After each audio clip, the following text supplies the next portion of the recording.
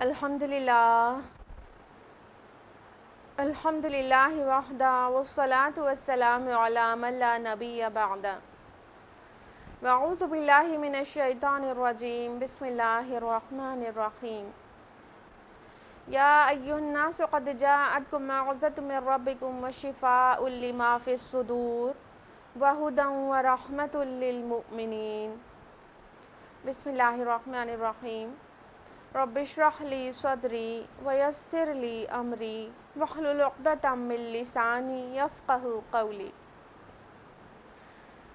میری عزیز بہنوں، درس قرآن مجید میں آپ سب کا تہہ دل سے خیر مقدم ہے۔ السلام علیکم ورحمۃ اللہ وبرکاتہ۔ اللہ رب العالمین کی ذات بابرکات سے امید ہے کہ آپ سب بخیر و عافیت ہوں گی۔ اللہ تعالیٰ کرے کہ آپ بخیر ہوں، آپ خوشحال ہوں۔ اللہ تعالیٰ کرے کہ آپ کورونا وائرس جیسے مرض سے بچی رہیں اور دیگر امراض سے اللہ تعالیٰ آپ کی حفاظت فرمائے۔ اللہ کرے کہ آپ کے ایمان میں اور اعمال صالحات میں شب و روز اضافہ ہوتا رہے اور اللہ تعالیٰ اسے قبول فرمائے، آمین۔ درس قرآن مجید کی طرف بڑھتے ہیں، اور آپ میں سے اکثر لوگوں کو پتہ ہی ہے کہ لاسٹ ویک سورہ بنی اسرائیل مکمل ہو گئی تھی۔ تو آج ہم لوگ اگلی سورہ کہف سٹارٹ کریں گے انشاءاللہ۔ اس سے پہلے کہ آپ درس قرآن مجید تفصیل سے سنیں، آپ لوگ بھی قرآن کا ایک مصحف لے لیا کریے، ٹھیک ہے؟ سب سے پہلے آپ جب بیٹھیں درس قرآن اٹینڈ کرنے کے لیے تو ایک مصحف آپ بھی رکھ لیں سامنے، تو اسے آپ کو زیادہ سمجھ میں آئے گا انشاءاللہ۔ اور آپ سے ایک ریکویسٹ ہے، وہ یہ کہ قرآن مجید کی درس و تدریس جیسا کہ امت کا جو حال ہے اس میں بہت زیادہ ضروری ہے کہ اس کو عام کیا جائے، پھیلایا جائے، کیونکہ جو ملت اسلامیہ کی جو پستی ہے اس کی سب سے بڑی وجہ ہے قرآن سے دوری۔ تو قرآن کے قریب آنا ہی اس کا سولوشن بھی ہے، لہٰذا آپ سبھی سے ریکویسٹ ہے کہ یہ قرآن مجید کی جو درس چل رہا ہے اس کو بہت سپورٹ کریں۔ جیسے کہ آپ کو واٹس ایپ پر لنک ملتا ہے تو اس کو شیئر کریں، اور یوٹیوب کا چینل آپ نے سبسکرائب نہیں کیا ہو تو سبسکرائب کریں اور اس کا لنک دوسروں کو بھیجیں۔ اس کے علاوہ فیس بک پر جو لوگ دیکھ رہے ہیں وہ لوگ بھی اس کو شیئر کریں پلیز۔ فیس بک پہ ٹائم لائن پر بھی ہے، پیج پر بھی ہے، ہر جگہ پر ہے، تو آپ اس کو شیئر کریں تاکہ زیادہ لوگوں تک پہنچ سکے اور یہ ثواب صرف میرے تک ہی نہ رہے، انشاءاللہ آپ تک بھی منتقل ہو سکے۔ ایک تو آپ کا سننے کا ثواب، دوسرا پھیلانے کا ثواب، ڈبل ثواب آپ کو مل سکے اور اس کا مقصد حل ہو سکے کہ زیادہ سے زیادہ لوگ قرآن سے اویئر ہو جائیں۔ تو پلیز آپ اس کو سپورٹ کریے اس طرح سے، اور آپ اپنے لیے بھی ثواب کا ذریعہ بنائیے اور میرے لیے بڑھائیے۔ لاسٹ ویک کے بارے میں ہم آپ سے یہ کہنا چاہتے ہیں کہ آپ میں سے سبھی لوگوں کو لاسٹ ویک کے 5 منٹس کا آلموسٹ ریکارڈنگ نہیں مل پائی تھی۔ ریکارڈنگ مطلب درس قرآن، کیونکہ انٹرنیٹ کی کچھ پرابلم ہو گئی تھی، اس کی وجہ سے لاسٹ کے 5 منٹس کا ریلے نہیں ہو پا رہا تھا۔ تو اس کو شام کو 8 بجے پریمیئر کر دیا گیا تھا، وہ جو پوری طرح سے لاسٹ کا 5 منٹس بھی اس میں انکلیوڈ ہو گیا تھا۔ لہٰذا آپ کو یہ بتایا جا رہا ہے کہ کبھی بھی درس قرآن کرتے وقت لائیو میں کسی بھی طرح کی پرابلم آتی رہتی ہے، تو اس طرح کی پرابلمز آنے کی وجہ سے درس قرآن جو 2:30 بجے جمعہ کو چلتا ہے وہ تو چلے گا ہی، لیکن آج ہی کے دن شام کو 8 بجے پریمیئر بھی کر دیا جائے گا، تاکہ کوئی بھی پرابلم آئی ہو دوپہر میں تو وہ شام کو کمپنسیٹ ہو جائے اور اس کا پریمیئر آپ لوگ دیکھ لیں۔ تو پریمیئر کو بھی آپ کا دن میں کسی وجہ سے مس ہوتا ہے تو رات میں 8 بجے پریمیئر دیکھ لیں یوٹیوب پر، اور اگر کسی کو نہیں پہنچ پایا وقت سے تو وہ شام کو پریمیئر دیکھ لے اور پریمیئر کو شیئر کریے تاکہ وہ بعد میں بھی لوگ دیکھتے رہیں انشاءاللہ۔ تو یہ کہنا تھا ہم کو آپ سے۔ اب ہم لوگ باقاعدہ درس قرآن مجید شروع کریں گے، اور جیسا کہ ہم نے بتایا درس قرآن مجید میں سورہ بنی اسرائیل مکمل ہو چکی ہے اللہ تعالیٰ کے بہت فضل و کرم سے، اور اب ہم لوگ بڑھ رہے ہیں اگلی سورہ نمبر 18 سورہ کہف کی طرف۔ تو سورۃ الکہف مصحف میں 18 نمبر کی سورہ ہے، اور اس کا جو نام ہے الکہف وہ ٹیکن ہے آیہ نمبر 9 سے۔ آیہ نمبر 9 میں اصحاب الکہف الفاظ آئے ہیں نا، تو وہاں سے ٹیکن ہے، یعنی وہ سورہ جس میں لفظ کہف آیا ہے، یعنی اصحاب الکہف یعنی غار والے، تو جو جہاں پہ یہ غار لفظ آیا ہے وہ والی سورہ۔ دو طرح سے قرآن مجید میں سورہ کو نیم کیا گیا ہے، ایک تو یا تو اس کا مرکزی موضوع اور مضمون ہی وہی ہو، یا تو پھر کوئی لفظ سمبولک ہو کہ وہ لفظ اس سورہ میں آیا ہو، اس کی وجہ سے اس کی پہچان بنا ہو۔ تو یہ جو سورہ ہے وہ پورا مرکزی مضمون پر اس کا نام نہیں ہے ایکچولی، بلکہ وہ لفظ آیت نمبر 9 میں آیا ہے، اس وجہ سے اس سورہ کا نام سورہ کہف ہے، اور وہیں سے یہ نام ڈیرائیوڈ ہے۔ تو یہ ہو گیا نام کے متعلق معلومات۔ اب ہم لوگ جانیں گے کہ اس کا جو زمانہ نزول ہے وہ کیا ہے۔ سورہ کہف بھی مکی سورہ ہے، سورہ بنی اسرائیل کی طرح، لیکن یہ مکہ کے دور متوسط میں نازل ہوئی ہے۔ جو رسول اللہ صلی اللہ علیہ وسلم کی مکی لائف کا مڈل پیریڈ ہے، اس وقت میں یہ نازل ہوئی ہے۔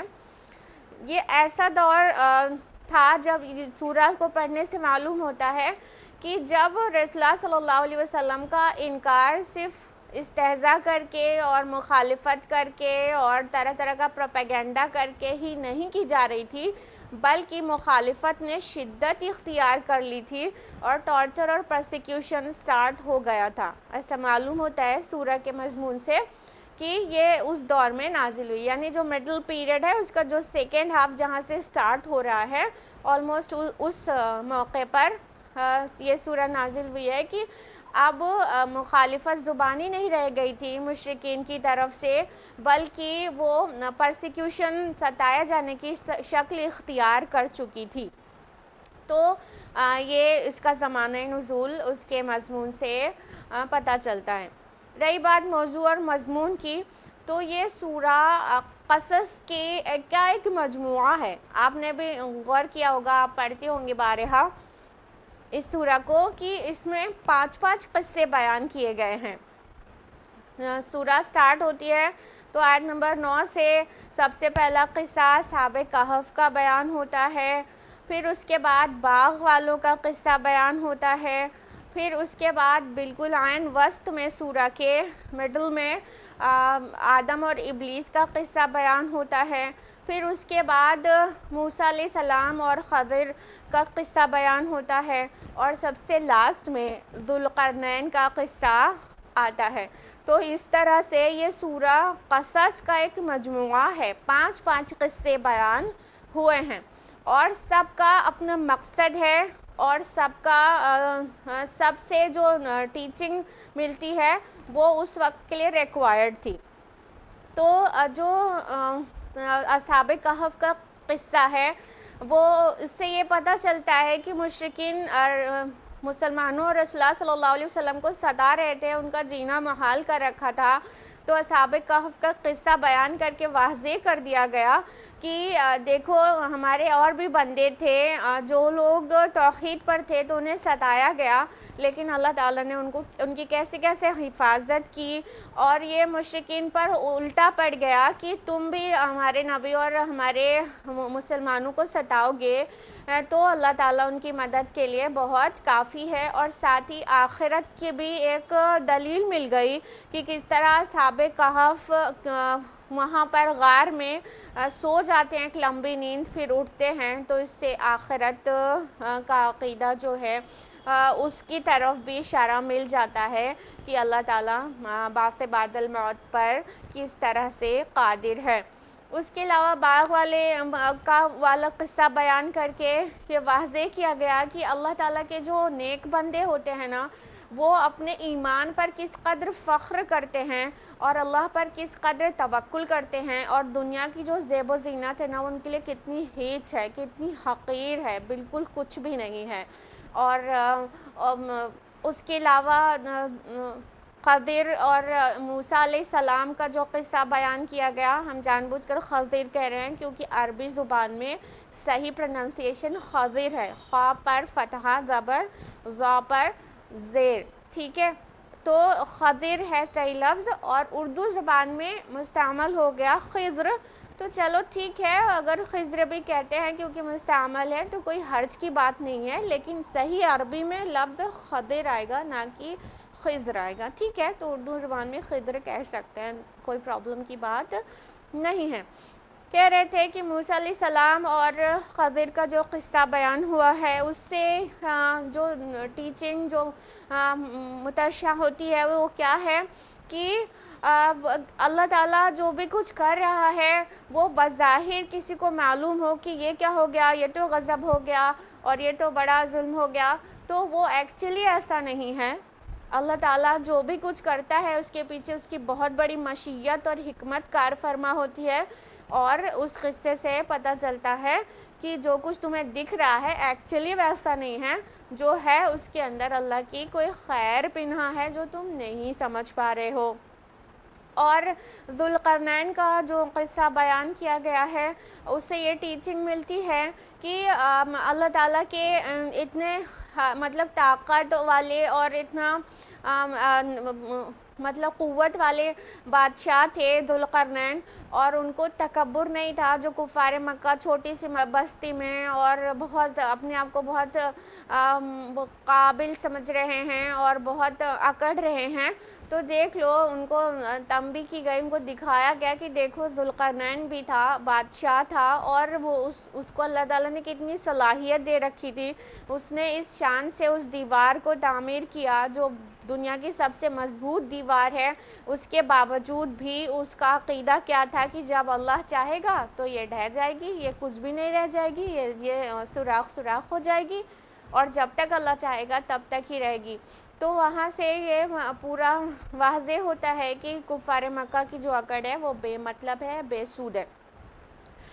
اور تو اس طرح سے یہ سارا مضمون لیے ہوئے یہ سورہ آگے بڑھتی ہے، اور اس کی سٹارٹنگ جو ہوتی ہے وہ اللہ کی حمد و تسبیح سے ہوتی ہے، اور اینڈنگ بھی اسی پر ہوتی ہے۔ اور ساتھ ہی آپ دیکھیں گے کہ یہ جو پریویس سورہ ہے، سورہ بنی اسرائیل، جہاں پر ختم ہوتی ہے عین وہیں سے یہ سورہ شروع ہوتی ہے۔ سورہ بنی اسرائیل کی آخری آیت ہے جو آیت نمبر 111، وہ ختم ہوتی ہے نا وَقُلِ الْحَمْدُ لِلَّهِ الَّذِي الفاظ پر، اور یہ سورہ شروع ہوتی ہے الحمدللہ الذی پر، یعنی کہ جیسے وہاں پر حکم آیا تو یہاں پر تعمیل ہو گئی، لہٰذا یہ دونوں صورتوں کے مابین ایک بہت زوجیت کا ربط ہے، مطلب دونوں سورہ پیر کی شکل میں ہیں، دونوں کے مضامین بھی بہت زیادہ ایک دوسرے سے ملتے جلتے ہیں، اور دونوں سورہ جو ہے اس کی جو لمبائی ہے وہ بھی آلموسٹ برابر ہی ہے۔ 12 رکوع پر سورہ بنی اسرائیل مشتمل ہے، اور 12 رکوع پر سورہ کہف بھی مشتمل ہے، اور سورہ کے عین وسط میں یعنی 7ویں رکوع کی سٹارٹنگ میں بنی اسرائیل میں بھی قصہ آدم اور ابلیس بیان ہوا ہے، اور عین اسی جگہ پر سورہ جو کہف میں بھی 7ویں رکوع کی شروعات میں قصہ آدم اور ابلیس اسی آیت کے ساتھ شروع ہوتا ہے جیسا بنی اسرائیل میں ہوا تھا۔ تو اس طرح سے کئی چیزوں میں اب سے سمجھ میں آتا ہے کہ یہ دونوں سورہ آپس میں جوڑے کی شکل میں ہے، پیر کی شکل میں ہے، اور مطلب ایسے ٹرین کے ڈبوں کی طرح انٹرلاکڈ نظر آتی ہیں کہ پچھلی سورہ جن الفاظ میں ختم ہوتی ہے اور اگلی سورہ یعنی سورہ کہف انہی الفاظ سے کنٹینیو ہو جاتی ہے آگے۔ اور آپ نے ضرور جانا ہوگا بلکہ عمل میں ہوگا آپ میں سے اکثر لوگوں کے کہ سورہ کہف کی کیا کیا فضائل ہیں، اس سے آپ ضرور اس حدیث پر عمل کرتی ہوں گی جو کہ بیہقی اور حاکم کی روایت ہے کہ جو شخص جمعہ کے دن سورہ کہف کی تلاوت کرتا ہے تو 2 جمعوں کے درمیان اس کے لیے نور روشن ہو جاتا ہے. تو جو سورہ کہف جمعہ کو پڑھنا مسنون ہے. اور اس کے علاوہ صحیح مسلم کی حدیث ہے کہ جو انسان سورہ کہف کی 10 آیاتیں شروعات 10 آیات کو حفظ کرتا ہے اور تلاوت کرتا ہے تو وہ فتنہ دجال سے محفوظ رہے گا. تو اس کی پہلی 10 آیات حفظ کرنا بھی مسنون ہے اور اس کی حفظ کرنے والا اور اس کی تلاوت کرنے والا فتنہ دجال سے محفوظ رہے گا. اور حدیث یہ بھی ہے کہ آخری 10 آیات جو پڑھتا ہے وہ بھی فتنہ دجال سے محفوظ رہتا ہے. تو فتنہ دجال ایک بہت بڑا فتنہ ہے جو قرب قیامت میں ہوگا اور اس سے محفوظ رہنے کے لیے یہ سورہ ایک بہت امپورٹنٹ سورہ ہے. تو اس طرح سے احادیث سے پتہ چلتا ہے کہ اس کی فضیلت بھی. لہٰذا جمعہ کے دن سورہ کہف پڑھنے کا اہتمام کریں اور ساتھ ہی اس کی شروعاتی 10 آیات حفظ کر لیں اور اس کی تلاوت کیا کریں. اب ہم لوگ باقاعدہ اس سورہ کی شروعات کرتے ہیں. اعوذ باللہ من الشیطان الرجیم بسم اللہ الرحمن الرحیم. آیت نمبر 1 ہے الحمدللہ الذی انزل علی عبدہ الکتاب. کل حمد و ثنا اور کل شکر اللہ ہی کے لیے ہے جس نے نازل کی اپنے بندے پر کتاب. وَلَمْ يَجْعَلْ لَهُ عِوَجًا اور اس میں اس نے کسی قسم کی کجی نہیں رکھی. اللہ سبحانہ وتعالی فرماتے ہیں کہ ساری کی ساری تعریف اور شکر اللہ ہی کے لیے ہے جس نے اپنے بندے پر کتاب نازل کی. حمد کا معنی ہم آپ کو پچھلے ہفتے بتا چکے ہیں. آخری آیت میں سورہ بنی اسرائیل کی تعریف پلس شکر از اکول ٹو حمد. تو ساری کی ساری تعریف بھی اللہ کے لیے ہے اور کل کا کل شکر بھی اللہ ہی کے لیے. اب کس بات کا شکر ہو رہا ہے؟ اس بات کا کہ اس نے اپنے بندے پر کتاب نازل کی. یہاں بندہ کون ہے؟ یس آف کورس رسول اللہ صلی اللہ علیہ وسلم. اللہ تعالیٰ نے پیارے نبی صلی اللہ علیہ وسلم کو اپنا بندہ کہا ہے. بندہ جہاں پہ کہا جائے اس میں ایک عجیب سی شفقت اور محبت کا احساس بھی ہے کہ اللہ تعالیٰ نے کسی کو مطلب اللہ تعالیٰ معبود ہے اور معبود سے انسان کا جو رشتہ ہے وہ عبدیت کا ہی تو ہے نا. تو بندہ ہے اور معبود ہے تو یہ معبود اور بندے والا جو رشتہ ہے نا وہ سب سے خوبصورت اور سب سے زیادہ قرب والا رشتہ ہے. تو اللہ تعالیٰ اپنے نبی صلی اللہ علیہ وسلم کو جہاں کہیں پہ بھی بندہ کہہ کے ایڈریس کرتا ہے یا تو بندہ کہہ کے ذکر کرتا ہے تو وہ اس سے اللہ تعالیٰ کی محبت اور اس کی شفقت اور اس کے قرب کا پتہ چلتا ہے پیارے نبی صلی اللہ علیہ وسلم سے. ساتھ ہی یہ بھی پتہ چلتا ہے کہ جو شخص انسانیت کی معراج پر فائز ہے وہ بھی اللہ کا بندہ ہی ہے. وہ بھی خدا نہیں ہو گیا یا خدا کا بیٹا نہیں ہو گیا, وہ بھی اللہ کا بندہ ہی ہے. یعنی پوری دنیا میں پورے نون ورلڈ میں جو شخصیت جو عظیم الشان سطح پر سب طرح سے اعلیٰ اور برتر اور عظمت والی ہے وہ ہے محمد رسول اللہ صلی اللہ علیہ وسلم. جب رسولوں کے بھی سردار ہیں تو اب کچھ رہ نہیں جاتا اس بات میں کہ آپ سے اوپر کوئی انسانیت نہیں ہے. ساری انسانیت کی معراج ہے محمد رسول اللہ صلی اللہ علیہ وسلم. تو ان کو بھی اللہ تعالیٰ بندہ کہتا ہے تو وہ بھی صرف اللہ کے بندے ہی ہیں. فرمایا کہ کتاب نازل کی اور الکتاب سے مراد ظاہر بات ہے یہ قرآن مجید ہے. تو قرآن مجید کا جو نزول ہے وہ بہت ہی شکر کا باعث ہے کہ نہیں ہے؟ کیونکہ قرآن مجید تو اللہ تعالیٰ نے ہدایت نامہ بنا کر نازل کیا اور ہدایت کی انسان کو سب سے زیادہ ضرورت ہے. تو جب اللہ تعالیٰ نے ہم کو گائیڈ کرنے کے لیے جو کتاب دے دی، اس سے بڑی نعمت کچھ اور ہو ہی نہیں سکتی، اور ہو ہی نہیں سکتی۔ آپ سوچ کر دیکھ لیجئے، آپ لکھ کر اس کو موازنہ کر لیجئے کہ ہدایت سے بڑی نعمت کچھ بھی نہیں ہو سکتی ہے۔ تو اللہ تعالیٰ نے کتاب کے ذریعے ہمیں ہدایت نصیب کی ہے۔ پیارے نبی صلی اللہ علیہ وسلم کو ایک بہت اہم اور خاص بنا دیا کہ اپنی آخری کتاب نازل کی ہے، اور ایسی کتاب نازل کی جو کبھی چینج نہیں ہونے والی ہے، جو تا قیام قیامت ویسی ہی رہنے والی ہے۔ تو یہ شکر کا باعث نہیں تو اور کیا ہے؟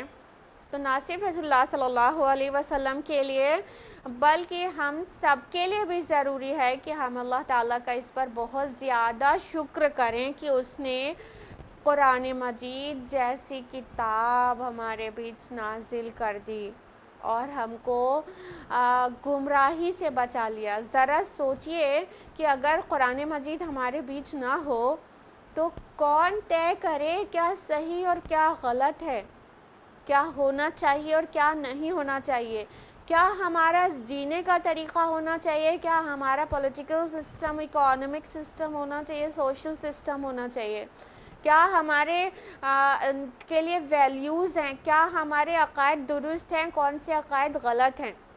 یہ سورہ کا عمود بھی یہی ہے، یہ جو جس سینٹر پوائنٹ کے ارد گرد یہ سورہ گھومتی رہتی ہے وہ یہی ہے، عقائد کی اور زاویہ فکر و نظر کی درستگی، کہ ہم جو کچھ سوچتے ہیں، جیسا عقیدہ رکھتے ہیں وہ صحیح ہو جائے۔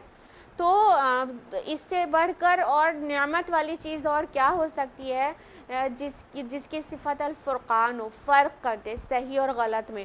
تو اللہ تعالیٰ نے کتاب نازل کی القرآن، تو اس کے لیے بندے کو بہت زیادہ شکر کرنا چاہیے اور اللہ کی تعریف کرنا چاہیے، کیونکہ اللہ تعالیٰ نے ہی یہ کتاب نازل کی ہے۔ اور فرمایا اس میں کوئی کجی نہیں رکھی، وَلَمْ يَجْعَلْ لَهُ عِوَجًا، کوئی کجی نہیں رکھی، کوئی کمی نہیں ہے، کوئی ٹیڑھ نہیں ہے، کوئی غلطی، کوئی کسی طرح کا نقص نہیں ہے۔ کجی کیسی نہیں ہے؟ نہ ہی لفظی کوئی کجی ہے، نہ ہی کوئی معنوی کجی ہے، نہ ہی اس کے جو مضامین ہے وہ سمجھنے میں مشکل آتی ہے، نہ ہی اس کے جو ویلیوز ہیں اس کو فطرت کے قبول کرنے میں کوئی آڑ آتی ہے۔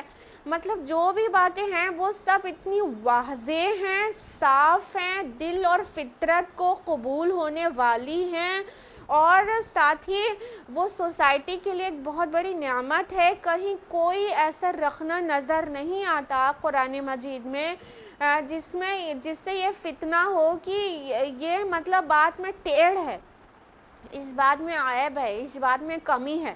تو کسی قسم کا نقص اور کمی اور ٹیڑھ نہیں ہے۔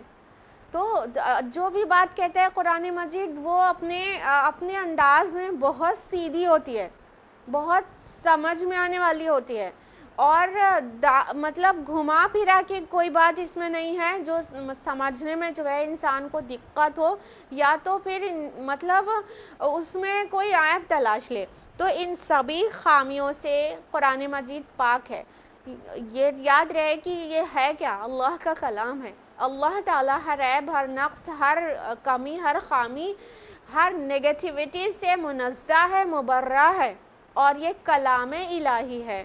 ظاہر بات ہے کہ جو ذات باری تعالیٰ کی صفات ہیں کم و بیش وہی کلام باری تعالیٰ کی بھی صفات ہیں، یہ بھی ہر کمی، ہر نقص، ہر عیب، ہر خامی سے منزہ اور مبرہ ہے، کیونکہ یہ کلام باری تعالیٰ ہے۔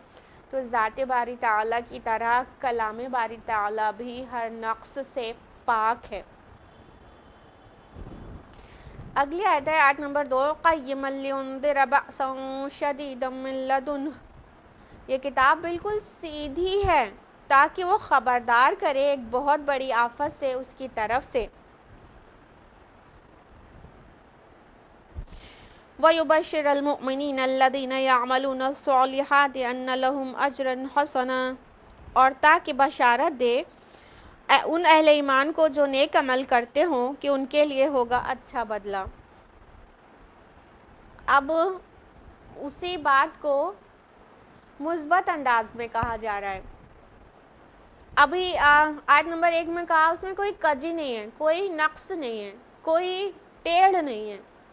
اب اس بات کو یہ منفی انداز تھا، نیگیٹو کو ڈینائی کیا گیا، ٹھیک ہے، کہ کوئی کجی نہیں ہے.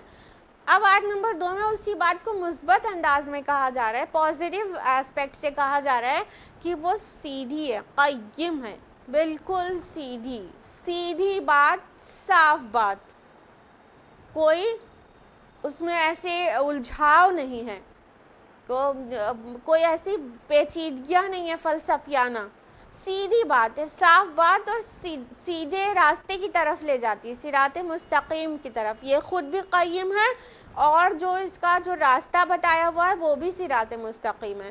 تو فرمایا کہ یہ بالکل سیدھی ہے.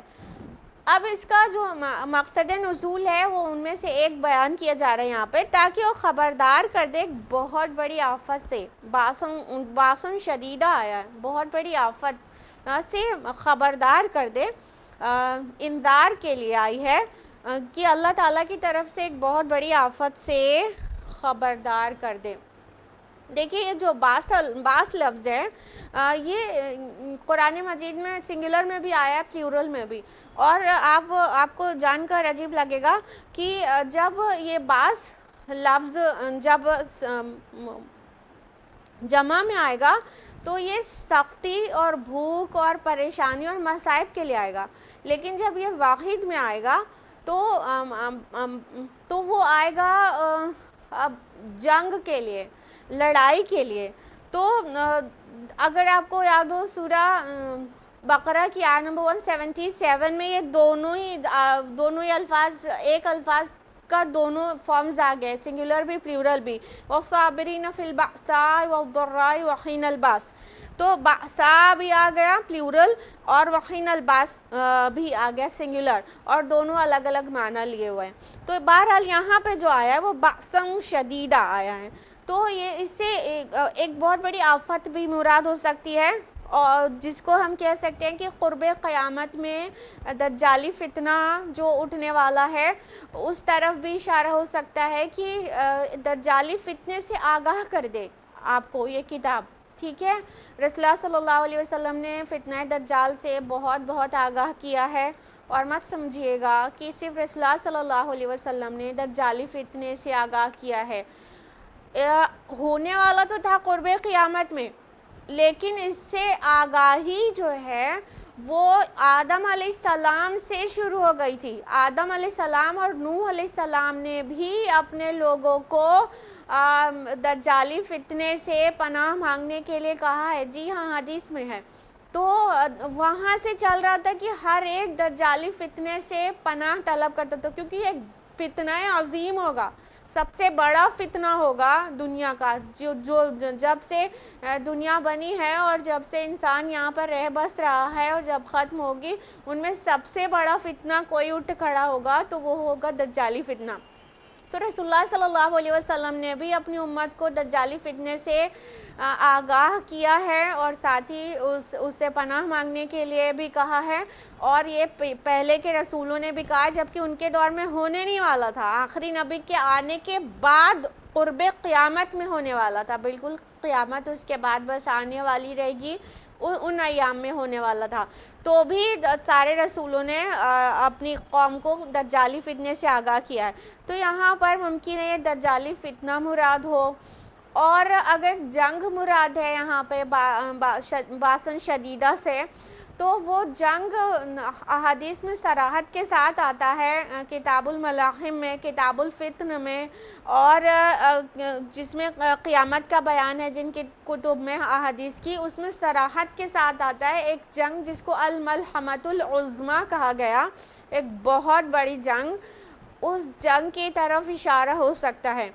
اور یہ جنگ کو بائبل میں، یعنی کہ انجیل میں جو پریزنٹ ڈے بائبل ہے اس میں آرمیگیڈون نام سے ذکر کیا گیا ہے کہ بہت بڑی جنگ ہوگی قیامت کے قریب، اور اس کو آرمیگیڈون کہا گیا ہے. تو یہ آرمیگیڈون یا الملحمۃ العظمیٰ کی طرف بھی اشارہ ہو سکتا ہے باسن شدیدہ سے.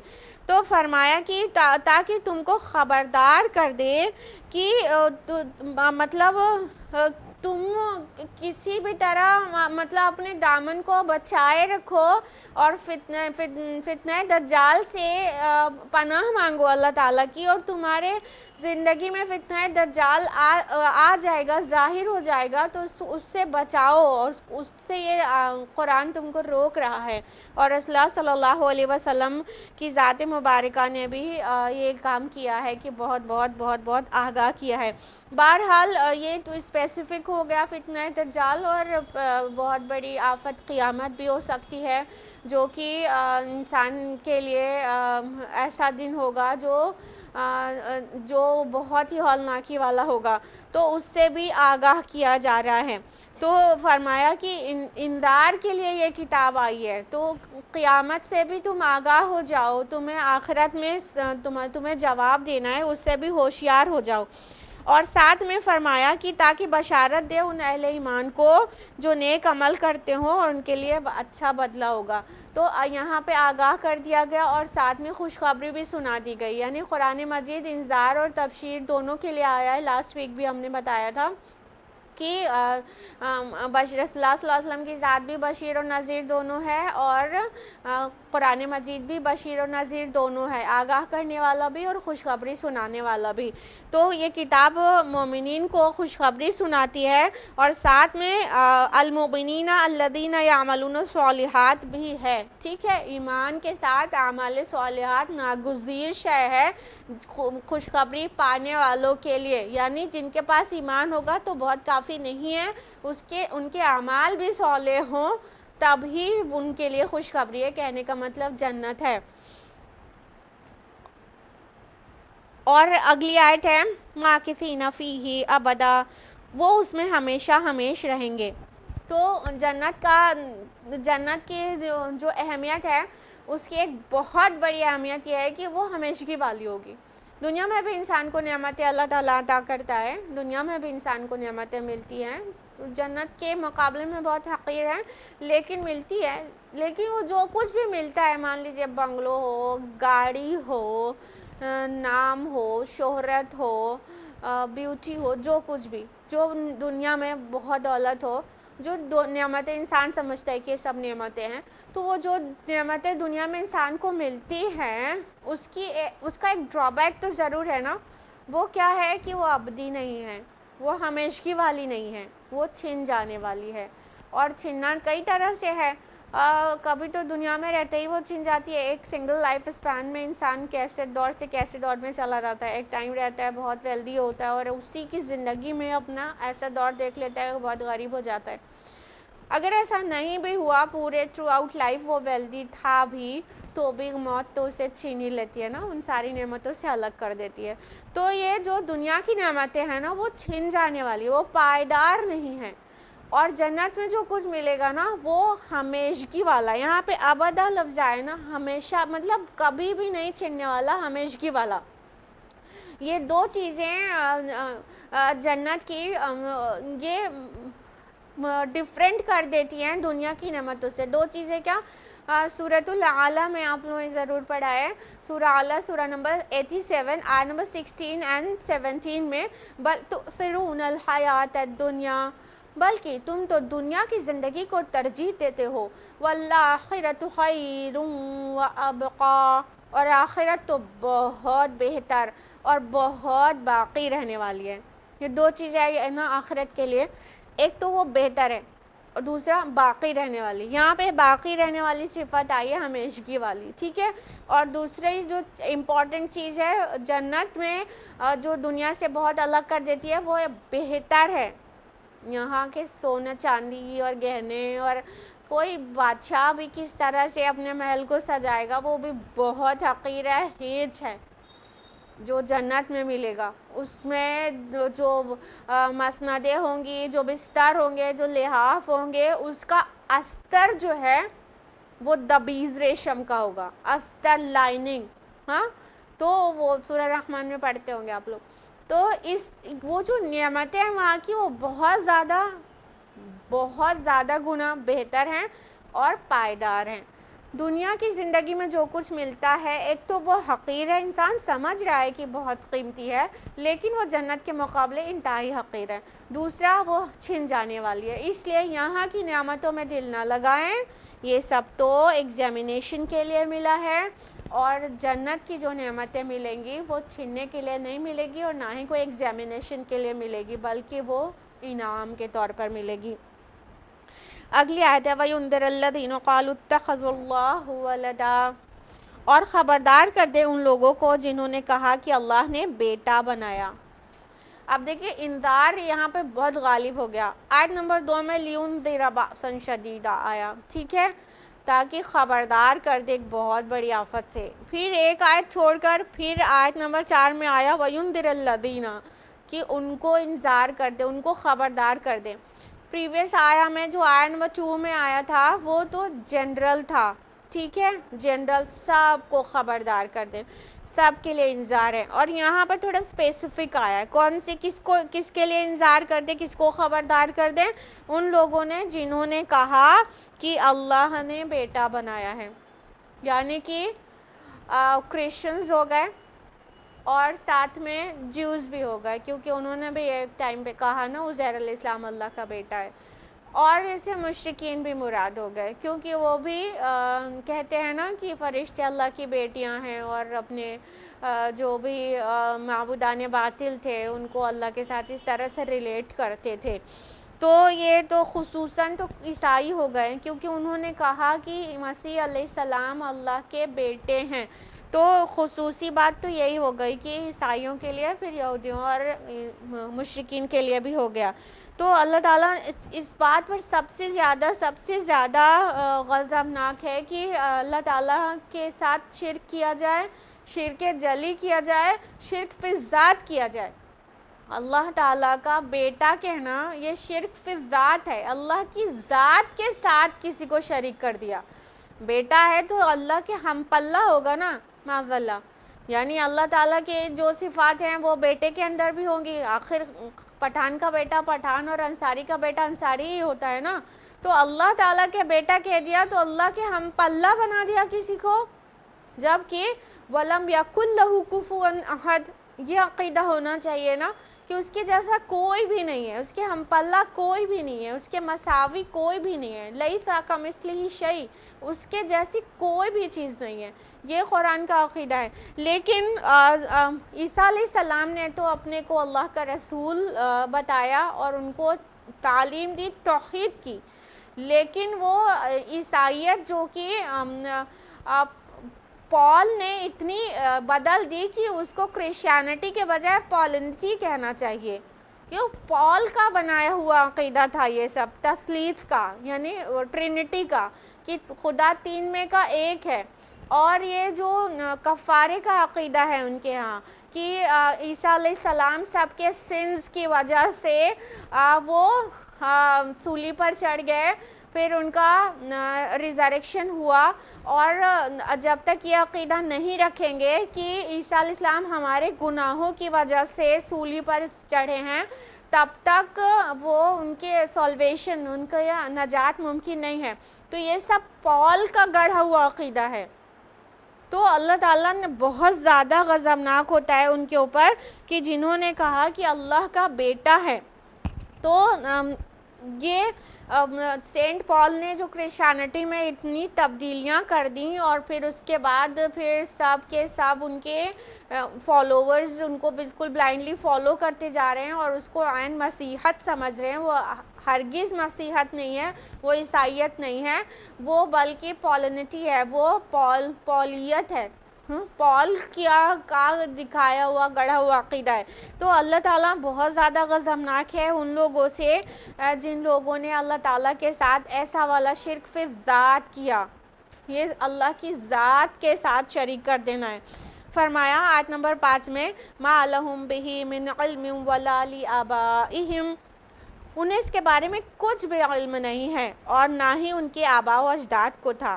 کبرت کلمۃ تخرج من افواہہم، بہت بڑی بات ہے جو ان کے منہوں سے نکل رہی ہے، ان یقولون الا کذبا، وہ نہیں کہتے مگر سراسر جھوٹ۔ اب اللہ تعالیٰ کی ناراضگی ظاہر ہو رہی ہے کہ وہ جو کہتے ہیں نا اللہ کا بیٹا ہے، وہ ہرگز علم کے ساتھ نہیں کہتے ہیں. اور علم کا جو ماخذ ہے وہ کیا ہے؟ اصل ماخذ اس کا آسمانی ہے، یعنی اللہ تعالیٰ کی طرف سے وحی کے ذریعے آیا ہوا علم. تو وہ علم کے ساتھ نہیں کہتے ہیں بلکہ بغیر علم کے کہتے ہیں، اور ان کے آباء و اجداد بھی کہتے تھے تو وہ بھی بغیر علم کے کہتے تھے. اللہ تعالیٰ نے شرک کی کوئی دلیل چھوڑی ہی نہیں ہے. تو شرک کی نہ کوئی دلیل سالڈ کبھی تھی اور نہ کبھی ہے، اور نہ ہی یہ فطرت میں انکلکیٹڈ ہے. فطرت میں کیا انکلکیٹڈ ہے؟ توحید. اندر کی جو آواز آتی ہے وہ توحید کی آتی ہے کہ پوری کائنات کا خالق اور مالک اور فرما روا صرف اور صرف ایک ہی ہو سکتا ہے.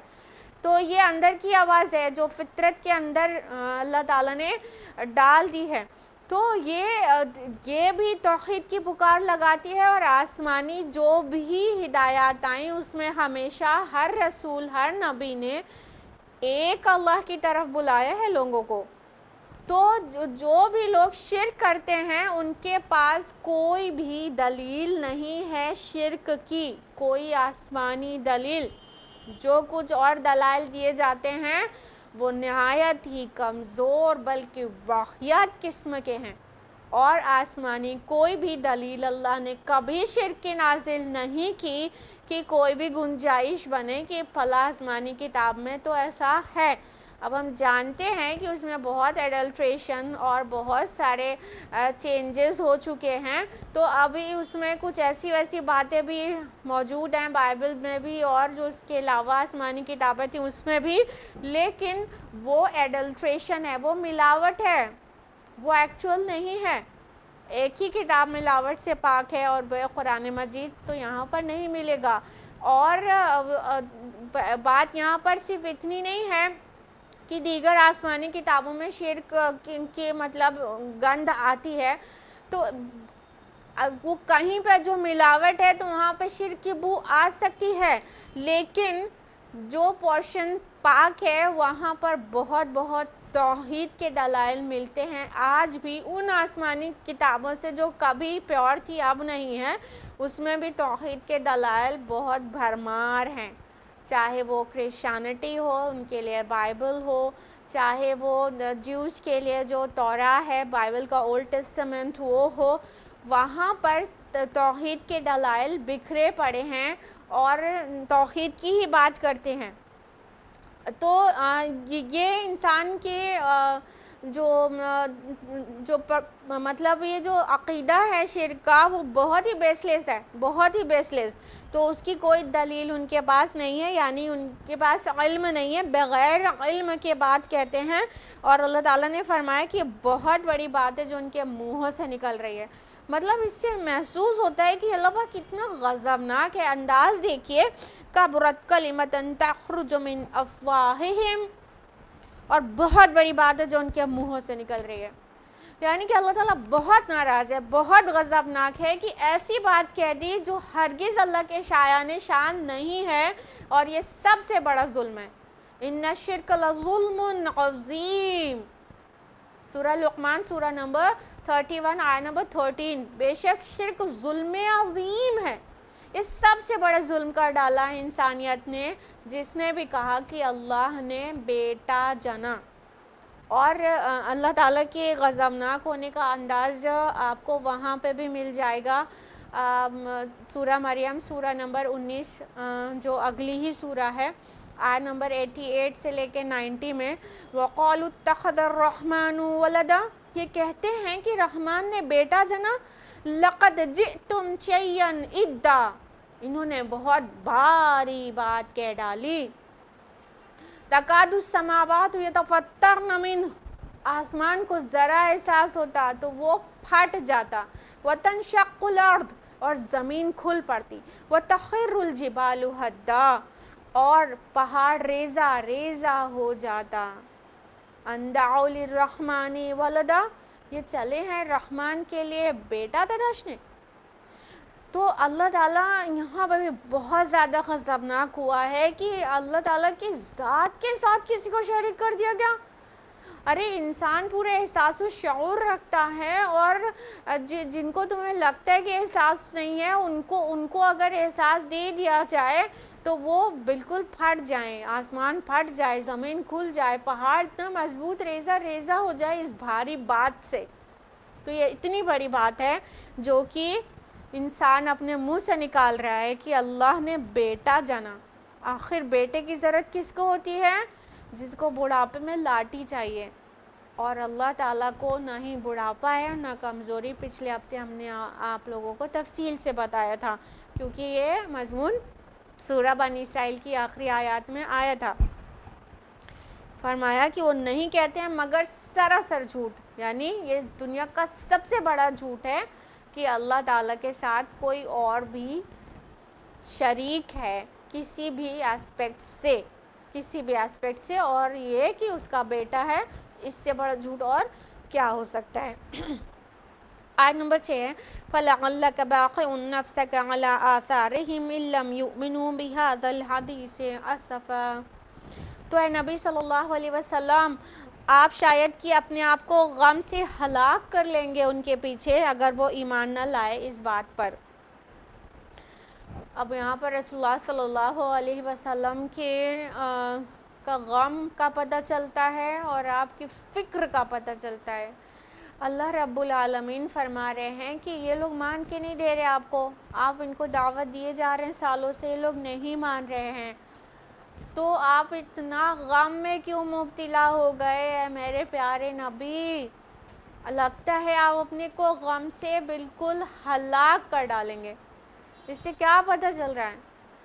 ہمارے پیارے نبی محمد رسول اللہ صلی اللہ علیہ وسلم کو اس بات کی بہت تکلیف رہتی تھی، بہت غم رہتا تھا، بہت فکر رہتی تھی، بہت ہی زیادہ کنسرنڈ رہتے تھے آپ صلی اللہ علیہ وسلم اس بات کے لیے کہ یہ لوگ ایمان لے آئیں۔ آپ کی جو دعوت تھی، جن کے لیے تھی، ان سب کے لیے آپ بہت زیادہ فکر مند رہتے تھے۔ کئی وجوہات ہو سکتی ہیں اس کی۔ ایک تو یہ کہ رسول اللہ صلی اللہ علیہ وسلم جانتے تھے کہ جس راستے پر ان کو بلا رہے ہیں وہ سراسر حق ہے، اور رسول کا انکار کیے جانے کے بعد ان کا کیا انجام ہوگا، یعنی کہ وہ اس آفت، اس مصیبت، اس تباہی، اس جہنم سے ڈرتے تھے کہ ان کو جو بلا رہے ہیں حق کی طرف، یہی حق کا راستہ ہے، اور یہ نہیں آئیں گے تو الٹیمیٹلی جہنم میں جائیں گے، اور دنیا میں بھی کوئی عذاب ان کو آ لے سکتا ہے، جیسا کہ پچھلے رسولوں کی قوم میں ہوا تھا۔ تو رسول اللہ صلی اللہ علیہ وسلم اپنی بصیرت سے سمجھ رہے تھے نا کہ کس چیز کا یہ انکار کر رہے ہیں، اور اس کا انکار ان کے اوپر کس طرح سے پڑ سکتا ہے۔ تو اور ساتھ میں جو لوگ نصارہ اور جو بھی لوگ اللہ کا بیٹا کہتے ہیں، مسیح علیہ السلام کو نصارہ کہتے ہیں، اور جو بھی مشرکین اللہ تعالیٰ کی بیٹیاں کہتے ہیں فرشتوں کو، تو یہ کہنے کا بھی انجام کیا ہو سکتا ہے اگر توبہ نہ کریں، تو وہ رسول اللہ صلی اللہ علیہ وسلم سمجھ رہے تھے۔ تو اس بات کا رسول اللہ کو غم رہتا تھا، اور اس بات کی گھٹن رہتی تھی کہ ان کا انجام بہت برا ہونے والا ہے، یہ تباہی کی طرف بھاگے جا رہے ہیں۔ اور اس کی تائید میں حدیث بھی آپ نے سن رکھی ہوگی کہ رسول اللہ صلی اللہ علیہ وسلم فرماتے ہیں کہ میری مثال تمہارے درمیان ایک شخص کی سی ہے جس نے آگ جلائی، اور تاکہ ماحول کو روشن کر دے، لیکن پروانے ہیں کہ اس میں گرے جاتے ہیں، اور وہ بچانا چاہتا ہے کہ پروانے اس میں نہ گریں، اپنی جان نہ دیں، لیکن پروانے بس اس میں گرے ہی جاتے ہیں۔ اسی طرح میں تم کو کرتا پکڑ پکڑ کر، دامن پکڑ پکڑ کر اس عذاب سے کھینچ رہا ہوں۔ یعنی رسول اللہ صلی اللہ علیہ وسلم نے اپنی مثال کتنی پیاری سی دی ہے کہ مطلب آگ تو جلائی جاتی ہے روشنی کے لیے، لیکن پھر اس میں پروانے گرنے لگتے ہیں، اور جو جلانے والا ہے وہ یہ تو نہیں چاہتا کہ اس میں گر کر وہ جل جائیں، بلکہ وہ اس نے تو کسی اور مقصد سے آگ جلائی ہوتی ہے۔ تو رسول اللہ صلی اللہ علیہ وسلم کی مثال بھی ایسے ہی ہے کہ آپ نہیں چاہتے تھے، جو دعوت دے رہے ہیں اس کو مان لینے میں ناکامیابی ہے اور اس کا انکار کر دینے میں بہت بڑی تباہی ہے۔ تو آپ صلی اللہ علیہ وسلم جانتے تھے کہ میرا انکار جو بھی کرے گا اس کا انجام کیا ہوگا، تو اس بات کی آپ کو بہت زیادہ تکلیف رہتی تھی۔ اس سے ہمیں اپنے پیارے نبی کے اخلاق کا بھی پتہ چلتا ہے اور اس کردار اور اس عظمت کا بھی پتہ چلتا ہے جس کے حامل تھے ہمارے پیارے نبی صلی اللہ علیہ وسلم، کہ آپ کو لوگوں کا ڈر تھا۔ آج ملت ان کی اپنے ہی گناہوں پر نہیں ڈر رہی ہے، اور ہمارے پیارے نبی ہمارے گناہوں، ہمارے تباہی سے بہت زیادہ فکر مند رہتے تھے، جو فکر ہمیں خود بھی اپنی نہیں ہے۔ اس کی ایک وجہ یہ بھی ہو سکتی ہے کہ رسول اللہ صلی اللہ علیہ وسلم کو کوئی نہ کوئی فکر لاحق رہتی ہو کہ کہیں مجھ سے کمی تو نہیں ہو رہی، کہیں مجھ سے کوئی کوتاہی نہ ہو جائے، کہیں مجھے میسج کو ڈیلیور کرنے میں کچھ بھی کمی نہ رہ جائے۔ حالانکہ رسول اللہ صلی اللہ علیہ وسلم نے اپنی پوری طاقت کے ساتھ، اپنی پورے مطلب قوت کے ساتھ اور اتمام حجت کر دیا تھا، پھر بھی کہیں نہ کہیں ہو سکتا ہے کھٹک رہتی ہو کہ کوئی مجھ سے کوئی کوتاہی نہ ہو جائے، تو اس بات کا بھی آپ کو بہت ملال اور غم رہتا ہو۔ تو اللہ تعالیٰ نے واضح کیا کہ اے نبی یہ آپ کی کمی نہیں ہے، یہ آپ کی کوتاہی نہیں ہے کہ آپ اپنے کو غم سے ہلاک کیے جا رہے ہیں، اور یہ لوگ جو ایمان نہیں لا رہے ان کے نہ لانے پر آپ اتنا کیوں گھٹ رہے ہیں۔ یہ اللہ کی شفقت کا بھی پتہ چلتا ہے کہ آپ کیوں گھٹ رہے ہیں اتنا زیادہ۔ جو لوگ مان کر نہیں دے رہے ہیں آپ کو، ان لوگوں کے لیے آپ اپنی جان کو ہلاک کیے ڈال رہے ہیں۔ یہ آپ کے ذمہ نہیں ہے کہ آپ ان کو ہدایت پر لے ہی آئیں، آپ کا کام پہنچا دینا ہے، اور آپ پہنچا رہے ہیں اور بہت حجت تمام کر رہے ہیں، تو آپ اپنی جان کو ایسے ہلاک نہ کریں۔ ٹائم ٹو ٹائم اس طرح کی باتیں آتی رہتی ہیں۔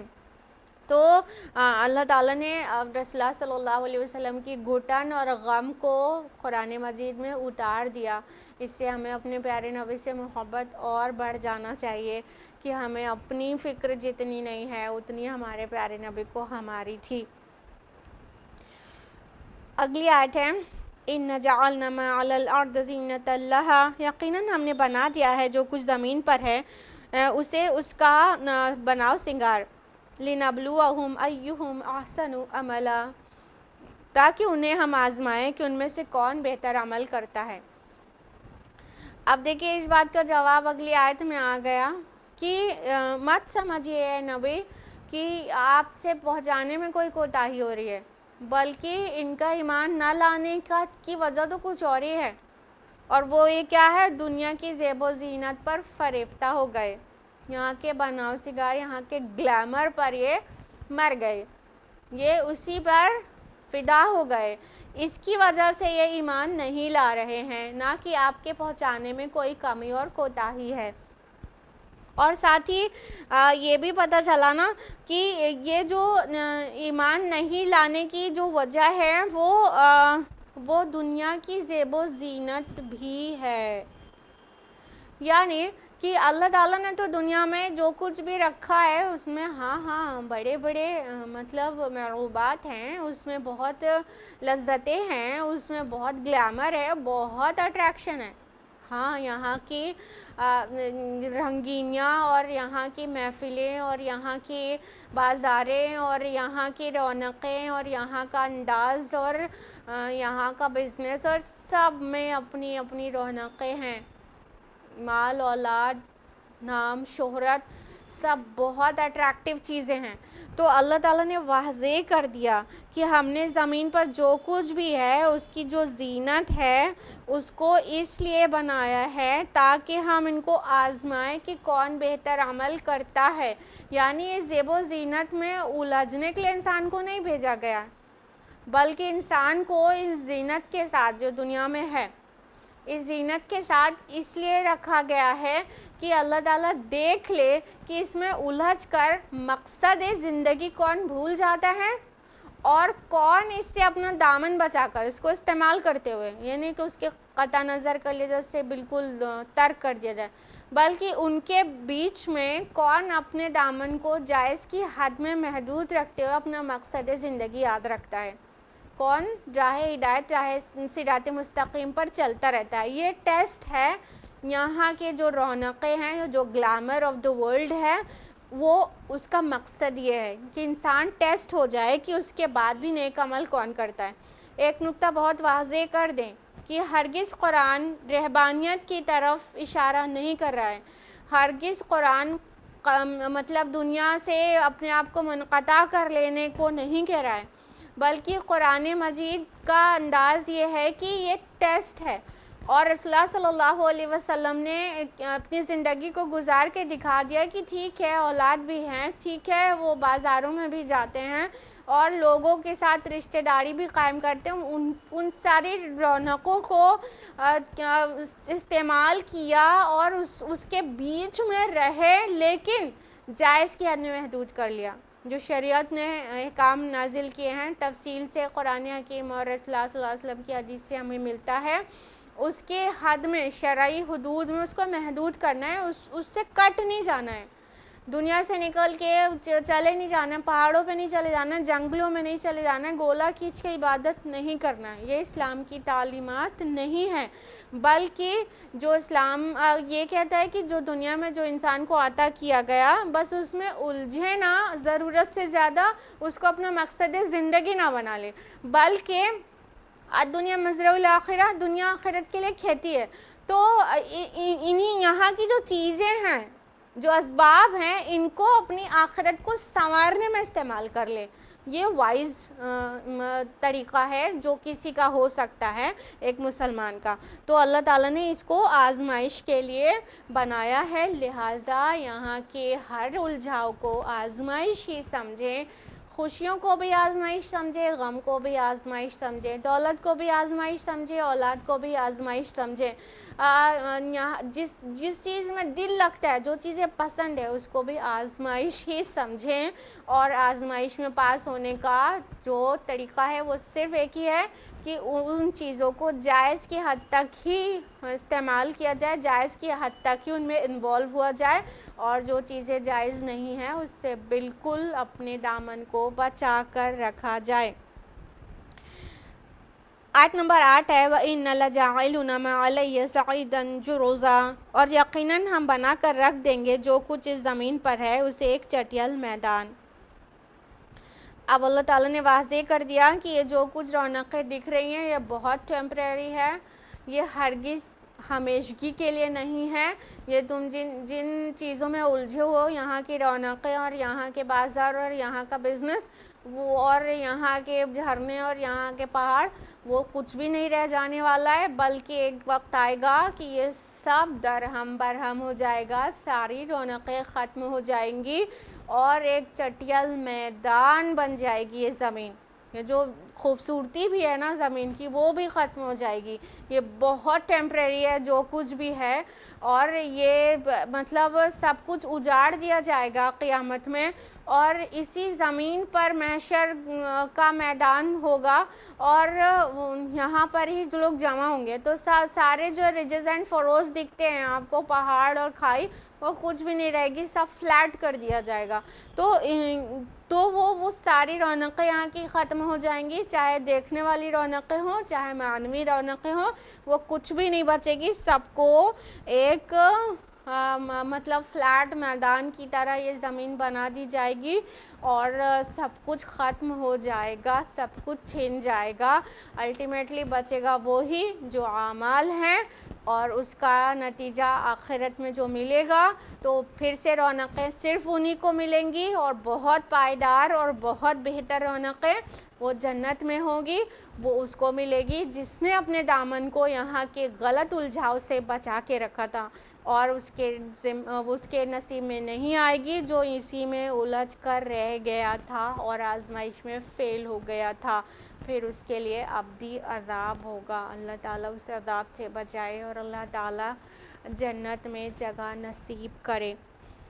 یہ تھا آج کا درس قرآن، آیت نمبر 1 سے لے کے 8 تک، اور اب وقت اجازت نہیں دیتا کنٹینیو کرنے کا، پلان میں بھی یہی تھا کہ 8 تک ہو پائے گا، تو اب وہ ہو گیا ہے۔ جانے سے پہلے آپ سے پھر سے ہم ریکویسٹ کرنا چاہتے ہیں، جو لوگوں نے شروع میں جوائن نہیں کیا تھا وہ ہماری یہ ریکویسٹ نہیں سن پائے ہیں کہ لاسٹ ویک کا جو درس قرآن تھا وہ فیو منٹس کا انٹرپٹ ہو گیا تھا انٹرنیٹ کی پرابلم کی وجہ سے، اس کا پریمیئر رات میں کر دیا گیا تھا۔ اب آئندہ کے ہفتوں میں آپ دیکھیں گے کہ میرے چینل پر یوٹیوب کے کہ وہ ہر ایک جمعہ کو جو ابھی درس قرآن ہوا ہے وہ آج ہی رات میں پریمیئر پھر کر دیا جائے گا، رات میں 8 بجے انشاءاللہ۔ تو جن لوگوں نے میرا چینل سبسکرائب نہیں کیا ہے وہ چینل کو سبسکرائب کریں اور اس کا لنک شیئر کرتے رہیں واٹس ایپ پر، فیس بک پر، اور فیس بک پر میرے پیج کو لائک کریں اور اس کو شیئر کریں۔ جو بھی درس قرآن وہاں پر موجود پاتے ہیں آپ لوگ اس کو دوسروں کے ساتھ شیئر کریں۔ میرے یوٹیوب چینل کے علاوہ دوسرے چینلز پر بھی آپ کو یہ درس قرآن مل جائے گا، اور تو دوسرے چینلز کو بھی آپ دیکھیں، آئی آر او میڈیا ہے، تقویٰ آئی آر او چینل ہے یوٹیوب کا، اس پر بھی درس قرآن آپ کو یہ مل جائے گا پریمیئر کی شکل میں، تو وہاں سے بھی آپ فائدہ اٹھا سکتی ہیں۔ آج کے لیے اتنا ہی۔ اللہ رب العالمین سے دعا ہے کہ اللہ تعالیٰ ہم سب کو قرآن مجید پڑھنے، سمجھنے، عمل کرنے اور غیروں تک پہنچانے کی توفیق عطا فرمائے۔ جو ہم لوگوں نے آج جانا، سنا، کہا، اللہ تعالیٰ اس کے ہر خیر کے پہلو پر عمل کرنے کی توفیق دے اور ہر انذار سے ہم کو آگاہی نصیب کرے اور ہم کو ان چیزوں سے بچا لے جس سے اللہ تعالیٰ ناپسند کرتا ہے۔ جزاکم اللہ خیرا کثیرا، وآخر دعوانا ان الحمد للہ رب العالمین، والسلام علیکم ورحمۃ اللہ وبرکاتہ۔